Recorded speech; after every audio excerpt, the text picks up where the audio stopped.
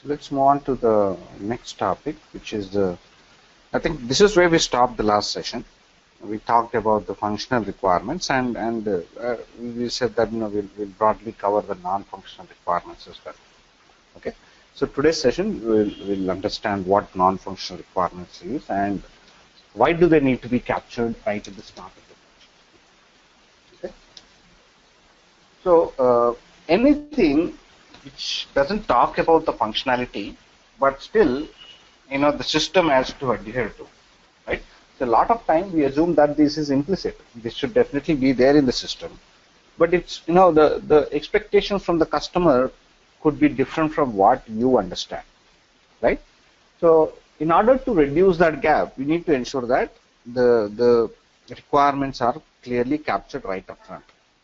Okay, so this could be anything related to security requirements or data archival requirements, availability requirements, right? Now, depending on the need, the customer would have some expectations, and what you offer could be different from what they are expecting, right? So, which is not a good thing again, right? And these would be identified only during the testing phase, these differences.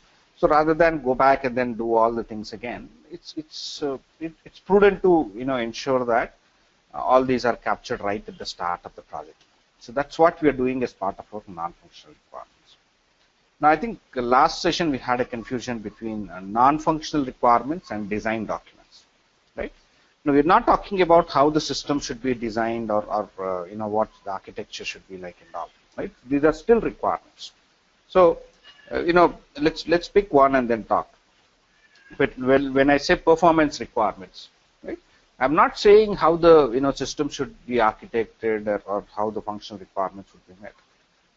It's purely saying that given this load condition, let's say when you are using a 4 CPU server with some 10 GB RAM and some 1000 users, right? Your system should respond within 1 millisecond or 10 milliseconds or 1 second or whatever it is, right?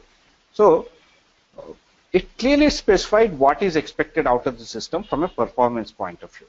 Okay, this has nothing to do about the design and architecture or anything related to your further activities, right? So we are explicitly calling out how should the system, have all these non-functional requirements, right? Because if you don't agree, you think that maybe 3 seconds is an acceptable thing, right? But the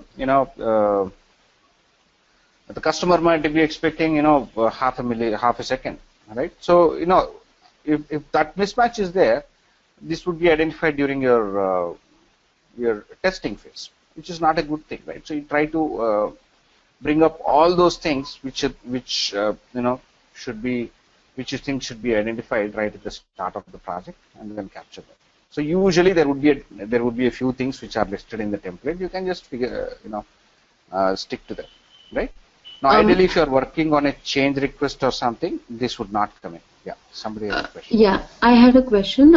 Suppose like performance related thing, if the customer wants like specific application should get open within 3 seconds or something like that. But when the developer is doing some coding and all that, and if it does not match to the 3 second due to some other criteria, like suppose like some hardware or some problems, then and if it is hitting more instead of 3, it is coming till 5.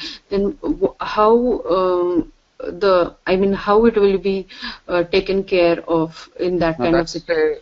Yeah, see, that's more like an architect's problem. He has to design the system that it has to meet that specification, right? Yeah. So, but suppose if it doesn't, then should we get back? No, that's a limited role what you would do. Now, see, ideally, these non-functional requirements are handled by the technical architect. So we are covering just case in case. In some cases, you are expected to capture them. So we are preparing from a comprehensive all scenarios point of view, right? But in most cases, you will actually not get involved into these non-functional requirements, right? But these are not so technical or complicated that we cannot understand it. At a high level, we will try to capture them and understand what it means, so that even if you are asked, we can understand and then at least get them captured. Now, Usually, the couple of things. These are not identified, separately for each individual application.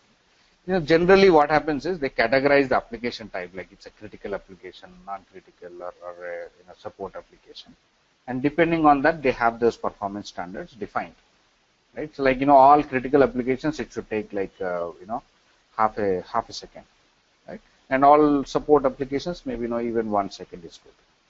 Similarly for availability, so 24/7 is required for critical applications. For support application, maybe that's 24 by we don't need 24 hours every day, maybe 16 hours, and 5 days is good, right? So that's how your requirements could be broadly categorized. Once your application is classified into one of those things, then you could stick to those non-functional requirements. And second thing, once you capture them, at least if the architect is not involved completely, ensure that he actually reviews it before you commit to the customer, because it's finally they have to adhere to that requirements what they have captured. Okay, and most of the times, 95% of the time, you won't actually get into this. So that rare cases where even if you are asked to capture these requirements, ensure that the architect reviews this and commits to it, because you won't want to be in a situation wherein you commit something to the client and the architect cannot deliver it, right? So that's how the approach should be. Okay, so yeah, having said that, let's go into the details and then figure out what could be the non-functional requirements, right? Now every system would store some data, but what kind of volume are we talking about? So do we need what is the number of transactions coming in, or what is the growth expected over the years? Why do we need this? So that we can plan our hardware accordingly, right? If there is like 100,000 transactions coming every day, so maybe you need 1 terabyte of database size, right? If it's just some 10,000 transactions coming in, maybe 100 GB would do, right? So at least if you know the volumes, you can plan your infrastructure better. Okay, so we capture that data volumes also. Then we also figure out, do we need to do any data conversion or data migration, right? So there could be an old system which you're replacing. So what should you do with the old content? Should we also move that existing content? Let's say all your customer information is in one system, and then you are replacing it with a new system. Should all that existing customer information should be migrated to the new system before we start? Yes, right? So that would be a requirement of data migration. Now, maybe you will add some information or you'll modify some information as part of this, which we call it as a data conversion, right? So all those requirements also needs to be right. Then how long will you store the data, right? So is it like do you need to store the data for 5 years, 7 years, 10 years? Because you cannot store the data forever. Why? Because the database size keeps on increasing, and as the number of records increase, the size becomes lower, right? So logically, if I'm trying to access something from a database, and if it has 100 records, maybe it will take maybe a millisecond. But if there are 100 million records, it might take me a second or 2 seconds. Right? So obviously, it takes time to retrieve the data, right? So your retention and archiving also has to be identified. So retention means how long should you store the data? After that, you delete it. Okay. Archive means there is another system. So you'll have you have two systems. One is called as a active, and the other one as an archive.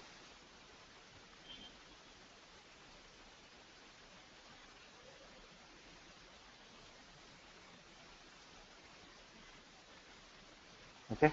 Now, active system, usually, you store it like all 3-year current data or 5-year current data you'll store here. After that, you'll move the older data into this system. Okay. So, this could even be like 7 years or 10 years again. So, obviously, the system would be having a lot more data. And usually, when the request comes in from the user, right, so the system would identify, right, what data is trying to access. If it feels that it's active, it sends it to this system. If it wants the older data, then it will access this system. Right? So this way, this system is always faster because it has lesser number of years of data. Right? So it has less data, so it's faster. So most of your requests, like whenever we are using some system, it's mostly the current data that you would access. So there's, even if you let's say you pick up your bank account, right? So if you want to see your transactions, maybe you'll see for the past 1 month or 2 months. Very rarely you want to see what I did 10 years back, right? But even if you want to do that, you could go and check in the older system. But all the latest data is kept in the active system, so that it's faster. And even if somebody wants to access the older data, you have that in an archive system, right? So that's a reason for archiving. Okay, so then there would be privacy implications. How is the data classified, right?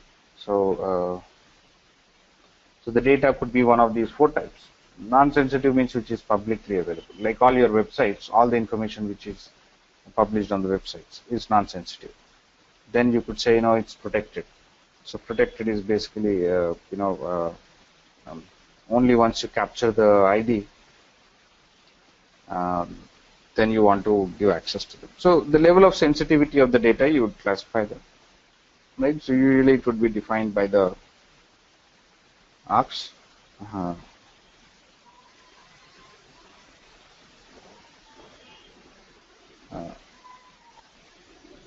Right? So you'll just classify this one of those ways, whatever data. Now security again would be on 2 aspects. One is authentication of users. Right? So when the users is accessing the data, how should you authenticate them? Right? So should it be anonymous, which means anybody can come and access it.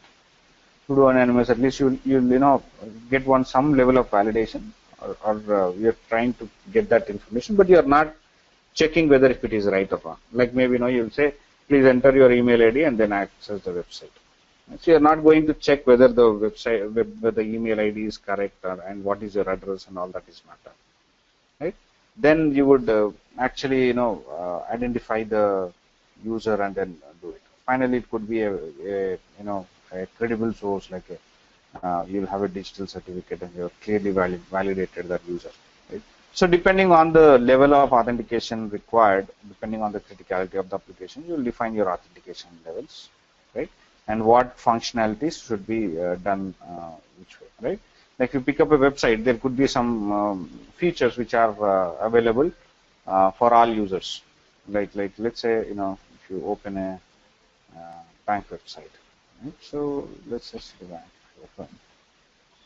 Right now, all these details are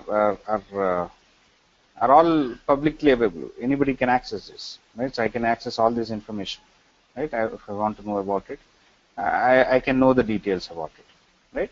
But if I want to log in, so this has to be a secure functionality. So whatever is within the website, like the home page, then ability to pay bills or view transactions and all, is all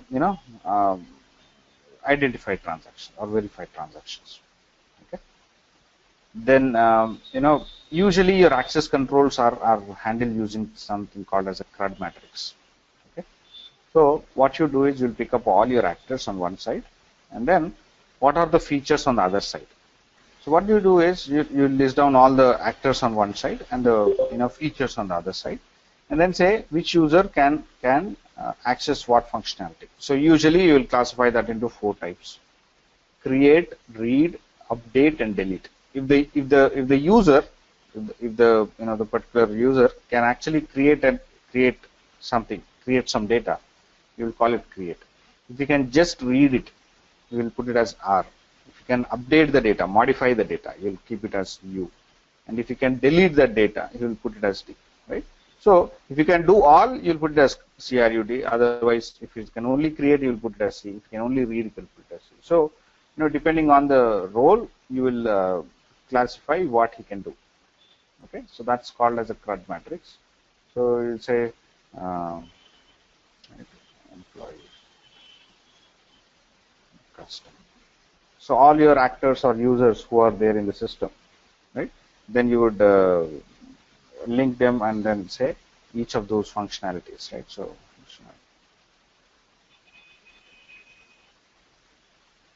right. So each functionality wise, you're clearly saying whether it's create, read, or update or delete. Okay. Yeah. Then availability of the requirements. Now, see, so some of these requirements are complex to implement. Like, when we talk about performance or availability, right? So it's not easy thing. I mean, they have to, ensure that the architecture is such that it supports all of this. But, capturing the requirements is not so difficult, right? So when if you have to understand that, your system has to respond within half a second and under these conditions, it's not a big deal, right? We can capture that, right? So maybe, to design and develop that, it's a difficult thing, because that is where your effort would go. But at least understanding that is not something very difficult. So that is what we are trying to do here. Okay, so like availability, usually there are these three options. Either it could be 24/7, right? Or it could be usually it would be 8/5, which is the business hours, right? So or there could be extended business hours, 16/5. So you'll start 4 hours early and then support till 4 hours after the normal business hours, right? So usually it would be one of these three options, right? So you'll say, you'll support the application on 24/7 or 8/5 or 16/5. So depending on that support team has to be there. So this has to be clearly understood from the business side on what is the criticality of the application, and based on that your support would be defined. Okay. So sometimes your team would not even be involved in support. So you'll just have to implement the system and then hand it over to the ops team. So they will define about the support requirements. Okay. So in cases it might not even be relevant to you of capturing the availability requirements. Okay. Then you would also have your usability requirements. Now, all your white labeling or branding functionality, branding related requirements would all come under this. Like if you pick up this, let's go to the same website. Right now, if you pick up any of the Citibank systems, they would generally have the same look and feel, the color combinations and all, more or less would be same, right? So like, let's say we're going to, so this is a Citibank India site, while this is a Citibank US site, right? Now, if you look at both of them, they're more or less similar, right? Except for some the data what is coming out, the structure, the color combinations, the look and feel, they try to keep it same, right? So that all that websites are branded similarly, and so those would generally be covered as part of your usability. Now, usability would not be identified specifically for a system. So I would say they would have a guidelines, usability guidelines, or availability guidelines, right? So you just have to get that documents and then say, okay, this is the guidelines that you'll have to adhere to, right? So we are not specifically asking that to the business users and then figuring it out. So usually it will not come from the business users, right? With the development team. So if you clearly recall the first session, I've told you that there are three teams on the IT side: the dev, QA, and ops team, right? So you'll check with your dev team point of contact. So do we have any usability standards which we'll have to adhere to, or do we have any development standards which you'll have to adhere to? So you'll have to figure all that and then pass it on to the technical team, so that they clearly adhere to those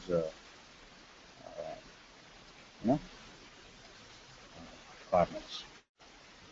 Right. Similarly, you'll have details regarding the help, right? So help usually again would be one of these three, four types, right? So you could have help at each field level, right? Let's say you're applying for a card. Okay, let's say start off with this. Yeah. So now the help could be at multiple levels of detail, right? So you could explain each of these fields, right? So what is first name, middle name, and then last name in suffix. Or broadly, you can have it a screen level. So this screen captures the details about the application information, which captures name, address, telephone, email. All these details are captured, right?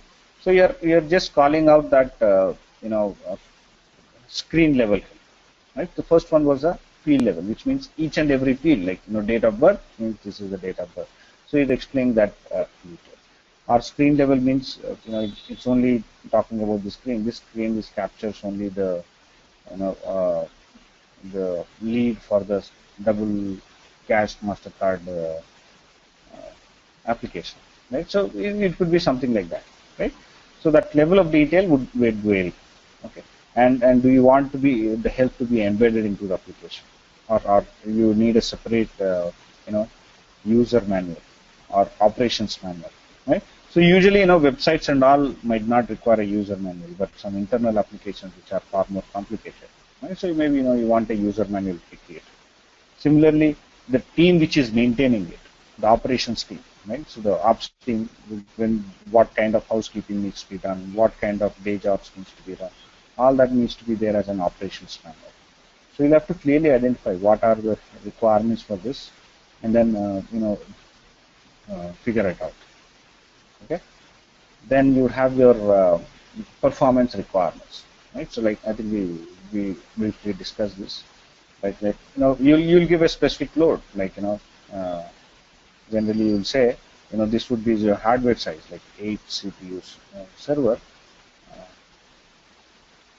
with 64 GB RAM is your system, and there would be 10,000 concurrent users. The system should respond in, let's say, 1 second. Right? I'm just giving you the format, right? So this is how generally the performance requirement. So you'll give under what conditions, right? So what is the hardware, what is the number of users, and how fast should the system respond? It's all this is generally the structure, right?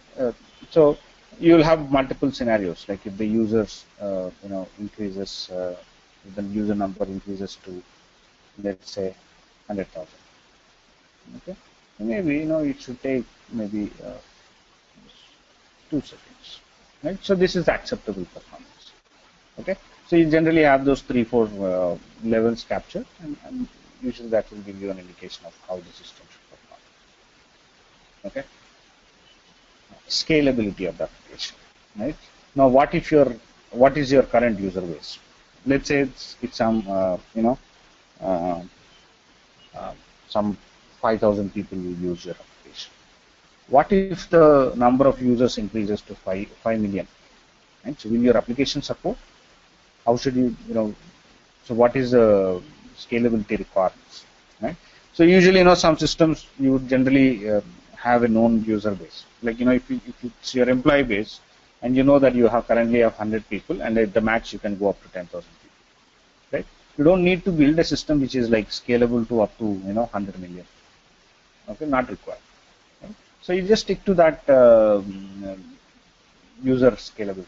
But some websites, like let's say your Facebook or Gmail, Google applications, are used by millions of users, even billion maybe.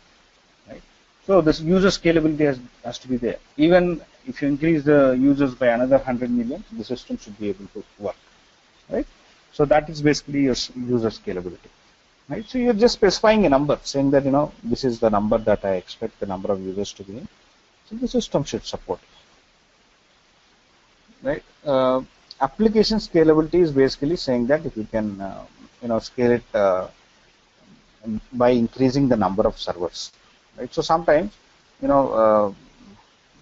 again the application should support the number of transactions is what it means. It's a little technical.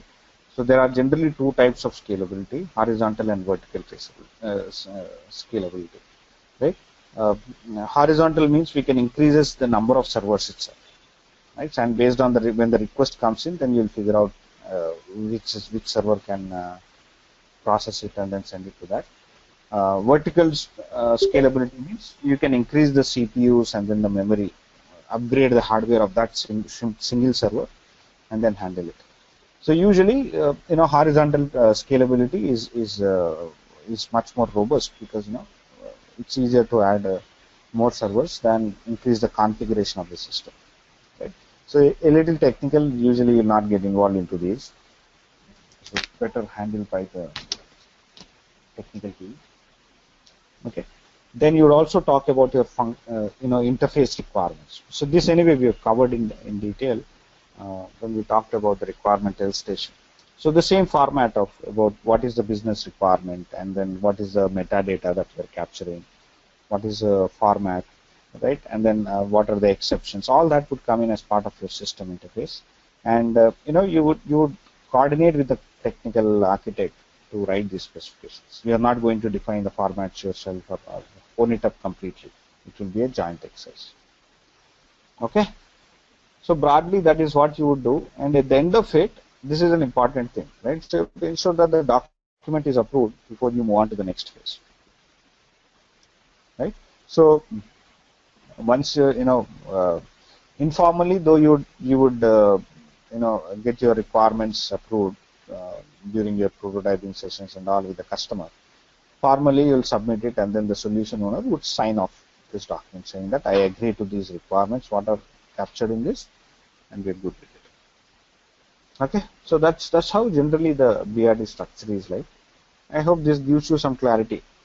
Is there the requirements steps like we said, requirement scope, functional requirement, non-functional requirement? Are these few of them common for everyone, or they differ from every of the projects?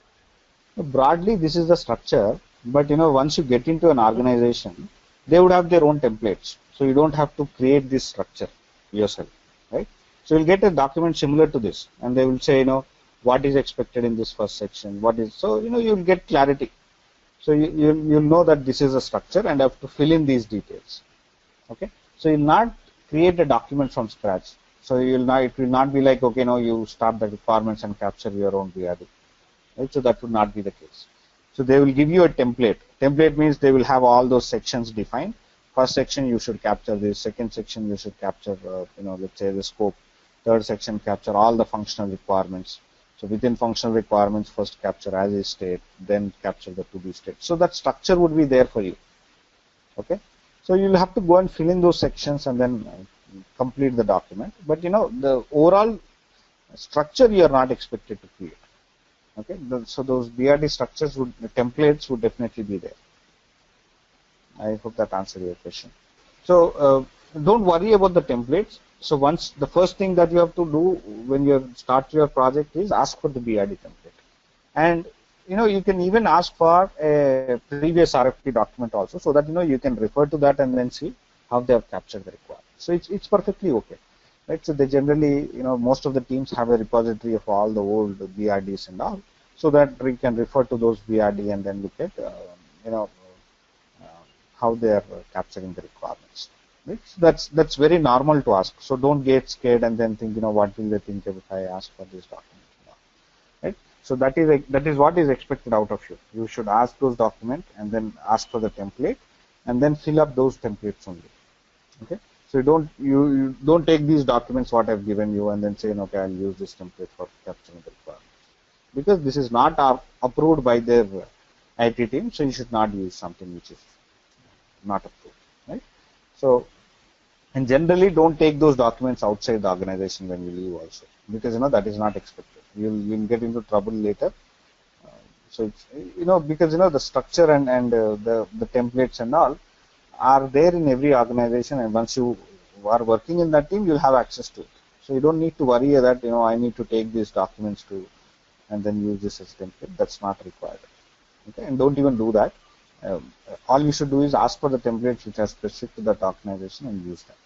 So is this document need to be completed and then it is shared with others, or like once it is approved, then only it is shared? So it has to be approved by the solution owner, right? So the business team has to finally approve it, right? So you'll discuss with the SMEs and then get it approved by the solution owner. Once it is signed off, there would I've shown you the last page, right? So there would be a actual formal sign off. So that page either would be scanned, signed, and then scanned and attached into the document. And then it would be shared with the technical team. So till that time, the technical team would not start onto the system development. Okay. So this is one of the exit criteria, as we call it as. But So what as if there are changes or some corrections? Then does it go through change request or what? Once the BRD is approved, then the change management kicks in. Any changes to any of the requirement after your document is approved has to come in as a change request. You cannot go and then change the BRD after it's approved, right? So you understand the difference now, right? So changes would start after the BRD is signed off, right? Before that, it won't be considered as a change. It will generally be a requirement elicitation. Okay? Because till that time, the customer has not agreed to that requirement. So you'll discuss that and then finalize it.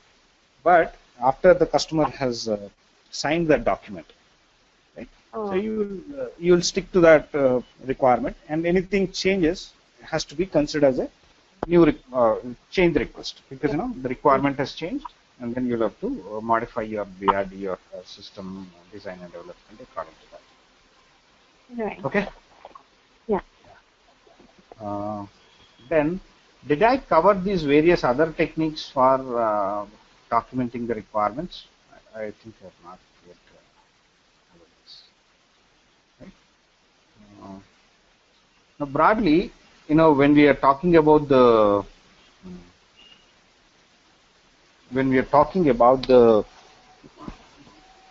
functional requirements using use cases, right?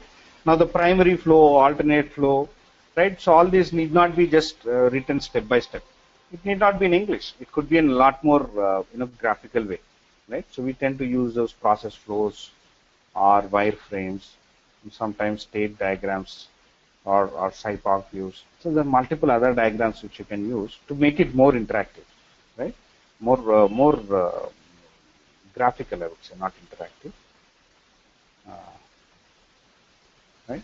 So let me open the BRD and point out here exactly. Now, when we are writing the use case specification, right? So the basic flow, it always need not be a step 1, 2, 3 kind of thing, right? So it need not be like 1, 2, 3, 4. So it always need not be those step by step process. You could show it as a more process flow kind of thing, right? So this is your step 1, this is your step 2, then we'll take a decision, right? And then based on that, there will be another process, right? It's easier to understand this, right? So a graphical way would clearly tell us how the process would flow. Right? So we are doing nothing but we are drawing, flow chart.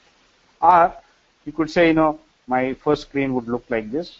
So there would be a sidebar, there is a top bar, and then you'll capture these details in the first screen, right? And then this is one, and then the next screen would look like this, right?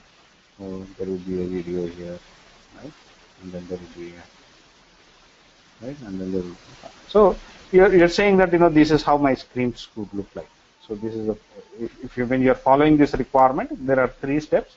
Step 1, the screen looks like this. Step 2 looks like this, and step 3 looks like this. So this way, is getting a lot more clarity on how the final screens would look like. We are doing what wireframes here, right?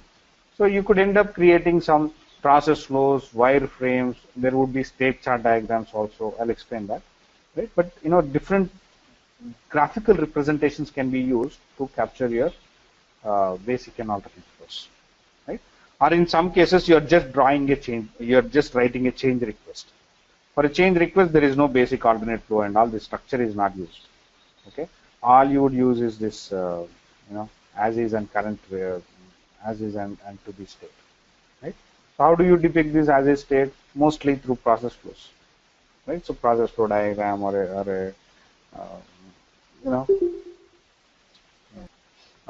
one of these wireframes or whatever it is, you're showing how the screen would look like. Okay, So, so these are some of the other techniques that we would follow. All right. So let's look at that. Yeah. So mostly we would draw flowcharts. These are very commonly used. Right. So if you have a process flow somewhere, and then you want to draw those, depict that process flow, right? So usually this is a syntax. All right. So you would take an input and output and show it using a parallelogram symbol. A process wherein you are doing some activity, then that's shown using a rectangular box. A decision box is shown using a diamond-shaped box. Arrow shows the flow of the control, and start and end you will show it using these symbols. Right? A typical flow chart would look like this. So this is where you're starting. You're identifying the staffing need.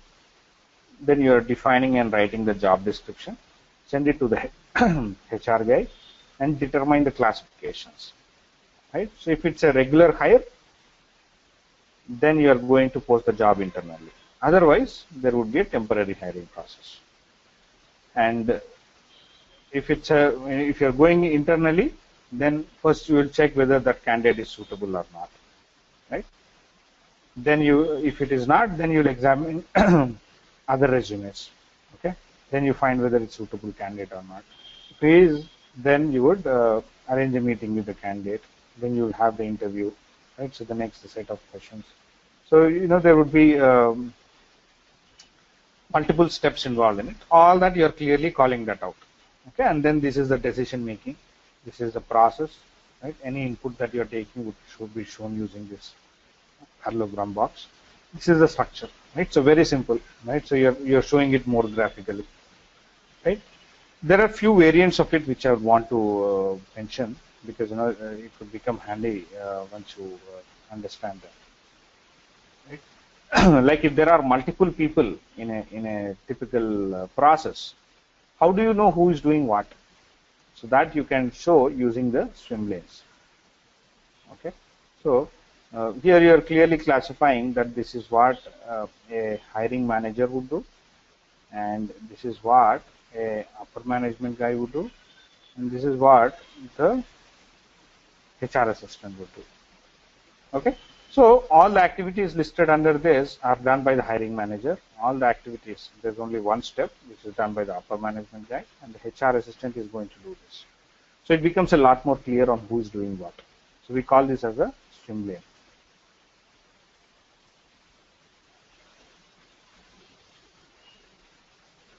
And you can draw these diagrams using multiple methods, right? So you could do it in Visio, you could do it in PowerPoint, you could do it in Word, right? So pick up most of the word processing documents support this, right? So it's not a big deal to learn any of these softwares, right? So it might take you some 10-15 minutes to figure out.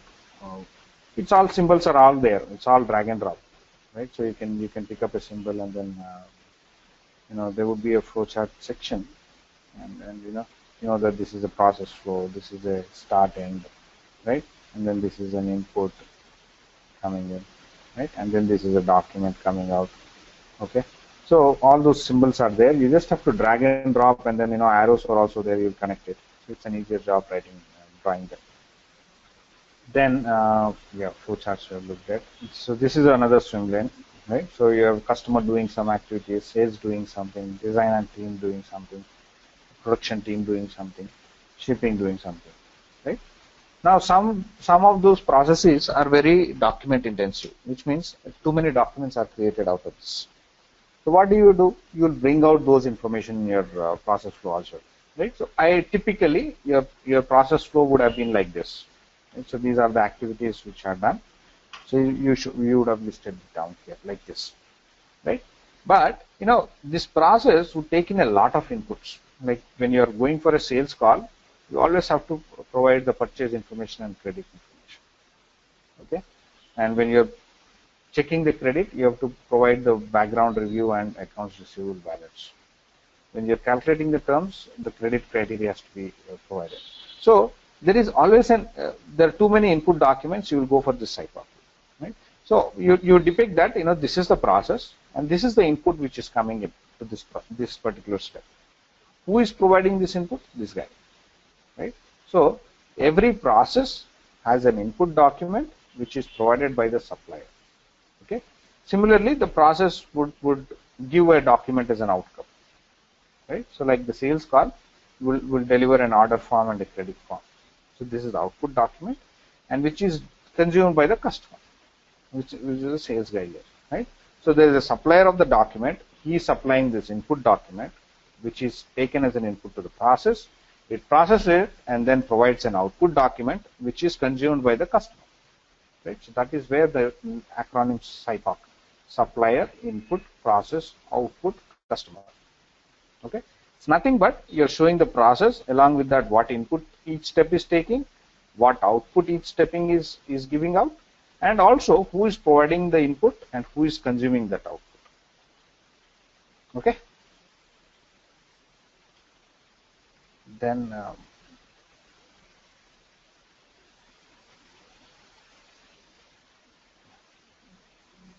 so mind maps are generally used to capture the outcome of a brainstorming session, right? So you know, broadly, like I said, you would have a whiteboard and then you would have listed down all those ideas. Then you'll put a structure to it. So mind map is a good way. So you're saying that, you know, when you're doing travel planning, broadly I can think of 5 things. Like, you know, there's a pre-departure activities, departure information, return, car rental, and destination. Within pre-departure, I have to perform all this, right? And within arranging home care, I have to again do all this, right? So you know, brainstorming session outcomes could be captured using the wireframes like this. There's an activity which can be split into 2, and then which in turn can be split into 3, which in turn can be split again into 3. So you're giving a structure to your overall thought process. Okay, so this is one way in which you document the outcome of a brainstorming session. Okay, then wireframes, I think we have dealt with this earlier also. You could just draw a simple sketch. You could actually develop a full-fledged UI, right? And you would use these as part of your the BRD, right? So when we are capturing this requirement or a change request, we will show that screen 1 would look like this, screen 2 would look like this. Right? So you use those wireframes. Okay. State chart diagrams is another thing where, you know, if there are too many rules and then you want to show it pictorially. Like let's pick up a let's say there is a book in a library. Okay. Now, once you add in a new book, the status would change to available, right? So a new book is added into the library, so status would be available, right? Now, so there is a transaction which is happening. There is an event where if add book, right? So add book is basically creating a new book, and then the status of it is in available status. From available, what you can do, you can borrow, right? Somebody can come in and then borrow a book, right? So the status would change to assigned. So I've assigned the book to somebody, right? So it was available, then it became assigned. From assigned, if he returns, it comes back to let's say available, right? The guy returns the book, right? And if it doesn't return after let's say 15 days, doesn't return, you will change the book to overdue status, right? Which means the book is in overdue. From overdue, what he can do, he can still return the book. He will change it to available, but the process would be different. Okay, he'll have to maybe pay a fine. So sometimes they will come back and then say, the book is lost,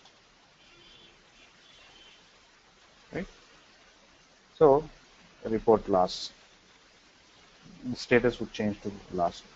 So even before the book is overdue, also you can come in and then say the book is lost. Okay. So these are the various states the book can be. The book can be in available status. The book can be in assigned status, it can be in overdue status, it can be in lost status. And what are all the possible transactions which can happen at each of the status? Like, if a book is in assigned, you can report a loss, right? You can return a book, right? You can mark it overdue. You can do three things when a book is in the assigned status, right? When a book is an available status, you can only borrow it, right? So you cannot report a loss if it's an available status, right? So you cannot return a book if it's an available status. So you're logically figuring out what are the various states a book can be in and what are the events possible from that particular state, right? All this is coming out in a state chart diagram or a state transition diagram. So this is also in one of the UML diagrams, right? Sometimes we draw this during the requirement itself because all those business rules are clearly captured here, right? So it need not come in later. You can always say, what, if you find that all those status are too complicated to list it down, you could actually create a state chart diagram and then.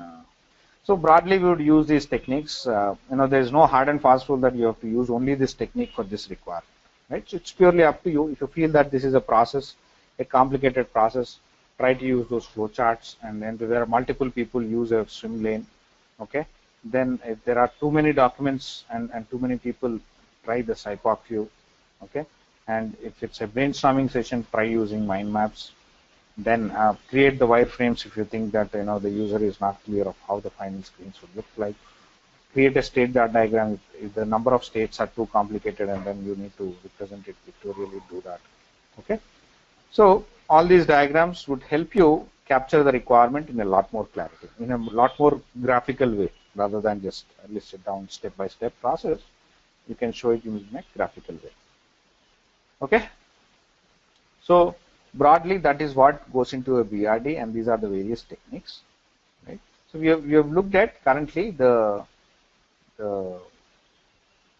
UML way of capturing the requirements, which is most of the the waterfall models or iterative models, there would be a BRD created, and this is how you would approach a BRD, right? We also have to look at the agile way of capturing the requirements. We will do that from next session, which is using user stories, right? So it's a different way of capturing the requirements and documenting it, right? So unlike a comprehensive BRD, there you will just capture the requirements just on a postcard size note, right? So you'll use that postcard size post-it notes, and that is all used to capture the requirement. Okay, so it's a very dynamic way, a more fun way as well, right? So we'll look at the way in which you would capture the requirements using agile user stories from next session. So the BRD is submitted in Word format. Yes, it is. And as a PDF or just Word. Yeah, I mean, if you can create a PDF and then send it out, but you didn't. Yeah, so you'll write it into a Word document and then later, right? So yeah, that's it. You use all these diagrams like process flows and all use case diagrams. All would be there, but primarily it would be a Word document. Right. So by now, do you have the clarity on how to approach the requirements, what kind of questions to ask to the customer, how to understand the requirement, and how to document it in a change request into a BRD? So do you have that understanding? If you feel you don't understand any process, feel free to ask me to explain that. We'll cover that in the next session.